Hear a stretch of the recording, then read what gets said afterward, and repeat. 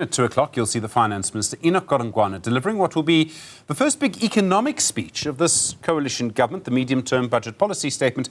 And while we look to a State of the Nation address for political direction, if you really want to know the priorities of a government, look in the budget. You can see what government is doing based on where it is spending money. Miyelani Holeni is an expert on governance. He's at Newzroom Consulting. Miyelani, good morning. So, I mean, the medium-term budget policy statement normally is quite important. It shows you where government is looking to spend money over the medium term, over the next 3, over the next 5 years. It shows you spending allocations. Absolutely. It would seem to me the importance of this is the first big financial speech of this coalition government. Things have changed since the last time. Yeah, I think we're seeing, the start of the setting of the financial imperatives, and not only just for the MTREF, not only just for the medium term, as you've correctly put it, but it's almost going to look into the rest of the 5 years in a way, because this is the priorities that, the government of national unity is setting itself to at least, succeed. We've seen areas of consolidation. We've seen the likes of Operation Vulindlela. So I think we want to see a lot more about, how the 5 years of governance is going to pan out as part of it, with the medium term that's going to be announced today. There are lots of different ways of putting a budget together. Now, if I were the Finance Minister, I would say I'm not consulting at all, I'm just going to decide. Yeah. Normally, as I understand it, ministers would put in their budget allocations, their requests, and then the minister would have to decide. The National Treasury would have to decide. This year is going to probably be a little bit more complicated because there are more people from more parties in government. So, if you say to all of the DA ministers, you're getting nothing, there'll be trouble.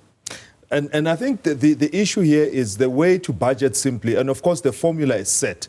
We're going to see at least about 45% going to national. We're going to see about 43% going to the provinces. We're going to see the rest, which is about 9.9 or 10% going into the municipalities. So the issue, I think, that is going to be at play, as you correctly put it, is out of the priorities that are being put forward, of which I think if the priorities are around sorting out the network industries, your ESCOMs, sorting out the visa regimes, sorting out, the travel and tourism, as well as making sure that, there's economic growth. There's no telling where the money is going to go. Of course, Home Affairs is going to still enjoy money to do reforms. The likes of, Electricity and Energy Department will still enjoy a budget, to drive reforms within there. So I think there's ways and means, in this case. And I think the big thing is, are they going to budget for growth? Or are they going to keep the budget going as far as, meeting the needs? And there's a critical difference between budgeting for growth as well as just budgeting to meet the needs as they would be requested, from all angles, as well as the citizenry. There are lots of different ways to run a budget. And normally, I think what happens in big organizations, including governments, including our government, is that you take what everybody got last year, you give them a little bit extra for inflation, you add a project here or there, and that's it. There is another way of doing it, which is often called zero-based budgeting. In other words, you start again. So each department has to justify from scratch, this is why we need money. Now, for some it's easy. Education, you have to pay teachers, right? I mean, that's obvious. But it would mean, for example, the Department of Public Works would say, we're going to spend money on this, or the Department of Defence, or whatever it is. And I've been interested that Colin Coleman, of all people, he used to be the CEO at Goldman Sachs Southern Africa, has called for zero-based budgeting, and so did Tito Mboweni. He's since deceased, unfortunately, but he was the Finance Minister when he called for that. I don't know if this Finance Minister in this government is brave enough to do that. And I think it's not going to happen. Let's just, accept, the fact that, to start a zero-based budget at this point in time would be suicidal, to say the least. But however, it would display the fact that, they are serious about making changes. What we are likely to get is we will get a hybrid. Okay, there are in new areas where obviously there will be new budgets that are being set forward.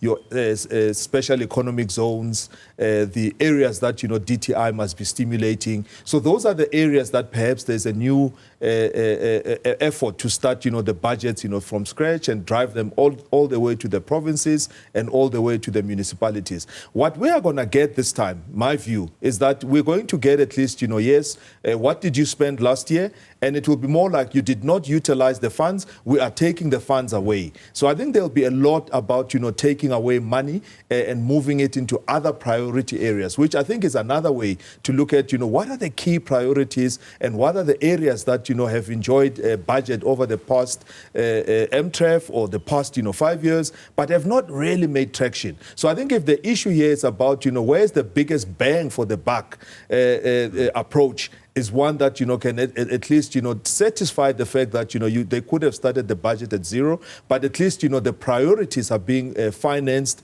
and at least, the growth areas, and which is what I'll keep on advocating. Where is the growth going to come from, where support needs to be put and budget needs to be put forward? So I think that would be the hybrid that, would see that, the zero-based, we won't see it anytime soon. In this case, it will be more about taking away and shifting the budget into the priority areas. And we know the network industries, we know the Transnets, we know the ESCOMs, and we understand as well the visa and the difficulties, in that space. We also then know that, as you've put it, education, remains what it is. Health is struggling. Perhaps, they need to look at, how they start augmenting, and the NHI doesn't make it better because it's now going to require a whole new budget that's going to drive the health system and the reforms that are required there.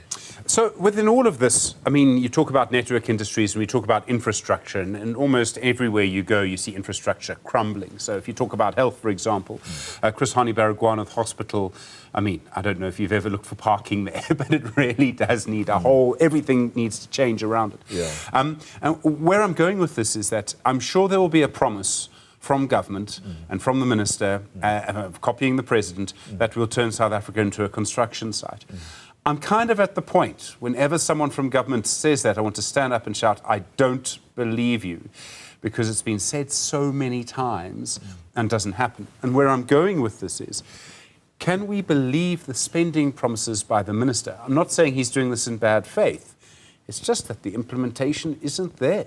And that's the big problem of government. Well, the first issue is the money available? I think that's where we must even start, Stephen, in terms of, whether we believe the statements that are being put forward, where is the money going to come from?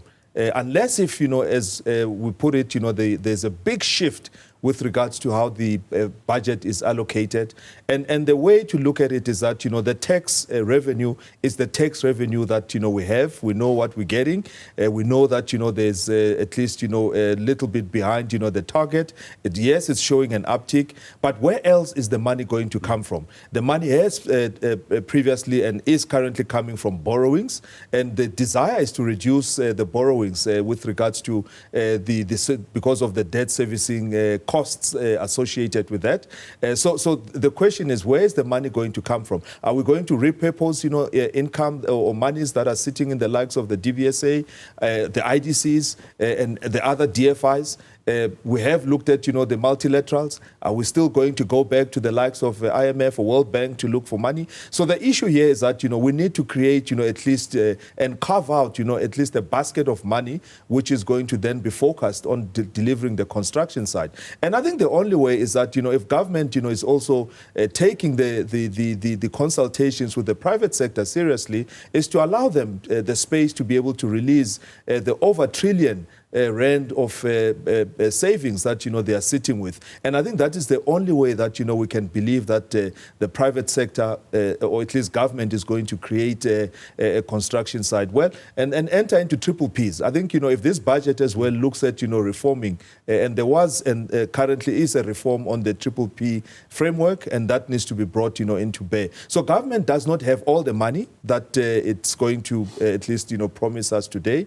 The money will go to the social package. It will go into the education. It will go into the areas of spending that we know are a little bit urgent. But the bigger areas of constructing the country, I think, is where the partnerships are required. And the medium-term policy statement should be able to at least open up space as to how then is new money going to be realized from there? I mean, in a way, infrastructure spend is obvious. If you have the money, it employs people, you create, you single-handedly change the economy, and we need roads to be fixed. We need new roads, just to use roads as an example. I mean, if you didn't turn the country into a construction site, but turned it into a pothole-free zone, you would save a huge amount of money and you would employ people. Yeah, I think the issue then of repairs and maintenance comes into bear, because the budget, as we are putting forward, there should also be a ring fencing of money that goes into repairs and maintenance. We know the public works, department is busy looking at auditing all of its assets, and that becomes crucial because, if they are able to repair and maintain some of their buildings, those buildings can be usable for government as opposed to them going to lease properties from the private sector. The issue here is that the issue of potholes, the issue of roads, I think Sanral is at least doing an excellent job with regards to the build program that it's on. But then when it comes down to the provinces, we need to also see a similar program that is going to look at how they repair roads, because roads are part of the economic infrastructure. But the issue is at the local government, where the funding, as we've started, the conversation, only 10% of the fiscus is deployed at local level. The potholes are typically not often or rarely will be seen on the national and the provincial roads, but they will be seen in the municipal roads. And that is where the support, needs to go in. The issues of water and sewer is also another aspect that needs to be looked at. So the issue here is the financing of the entire budget ought to at least be prioritized in that way that it takes care of those basics, and those basics are then going to lead to the next program, as opposed to wanting to do everything. So I think the issue here is we must look for very clear priorities. If transport, if the visa regime in terms of tourism, if the energy side, so very clear priorities that, we ought to be hearing about, so that we know that, there is going to be then a next level, and there will be confidence as well from the private sector. One of the big problems is government finds it difficult to spend money. You spoke about money being returned, and these are provinces where the money needs to be spent, the Eastern Cape. I mean, Joburg and Tshwane, if I remember correctly, were both in trouble last year for returning money. Just the implementation of money is a major problem. I think the shift that as well, which we've spoken about around, capability, is around, making sure that, because currently you apportion money from a provincial to the provinces, who really takes, accountability for the expenditure? You would imagine that, it's the provincial treasury, but there also needs to be a project office. I think, it could, even if it's located in the Premier's office, but you need a planning function that drives, and the coordination of the expenditure, as well as aligning the various departments. Some of the things that we've seen is that there is lack of alignment even at some of the provinces, where you are not able to orchestrate a program that finances municipalities to be able to create roads, integrates public works to be able to add, the infrastructure and the repairs and maintenance, as well as, the transportation within the provincial. So the issue here is that the expenditure or the spending the money lies in the unblocking and aligning the various, departments that are there. And that's where at least, the issues are going to come in. One, if the money is available, it needs to be spent, but it requires, to have a plan in place. And I think we want to see a project office, a capital project office, somewhere located in the highest office, whether it's at the province, and municipalities should be doing likewise, so that there's alignment. And we've spoken about a district development model. That is one way to tie together into a one plan, one budget, and one vision that's going to be rolling out the projects for government. So, I mean, you talk about municipalities, and isn't this where the problem really is? Is that, yes, we can have a bigger spending, and I realize that if national departments deliver, government delivers, municipalities will find it easier, etc., etc., etc. But for many people, and for many voters 2 years ahead of a local government election, they see the problems in local government, and the problems in local government destroy lives. I mean, just think of what it could be like in some parts of Northwest, for example. And yet, I don't know if a medium-term budget policy statement can really fix any of those problems. where I'm going with this is that you'll have a big speech today. People are still going to wake up in many places without water. Well, I think having participated last week at a local government summit, which was organized by the Gauteng provincial government, I think there is more now of an understanding, even from a provincial point of view, of how to support the local government space. So I think if there's that sort of understanding to support local government, we've also heard that, there's also a financing agency for infrastructure, which is being established at provincial level. And that is a way of supporting municipalities, because really what municipalities require is the support from a planning point of view, as well as making sure that, there's funding to drive the programs. And I think, the skills that are coming in from the different sectors are also required to support all of those different programs. So the issue here is that, with municipalities, of course, that's the implementation phase of it. And we also advocate that, in terms of, the implementation, have a hybrid of ways of implementing. A province is the supporter, an enabler. Municipalities are the implementers, but also get in the likes of, the private sector in terms of, supporting some of those programs. Because currently there is kind of a way to look, to inward, which is, to look for capacity internally. If there's no capacity internally, also look for partnerships that are going to unleash that particular capacity and capabilities to be able to deliver. But the issue around municipalities, of course, as you correctly point out, the medium-term budget, policy speech can only at least apportion money.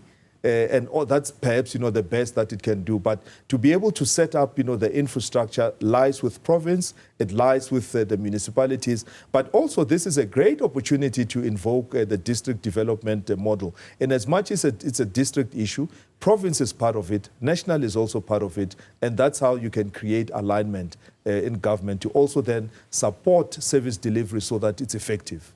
Miyelani, thank you so much for coming in. Really do appreciate it. Miyelani Holeni from Newzroom Consulting with you this morning.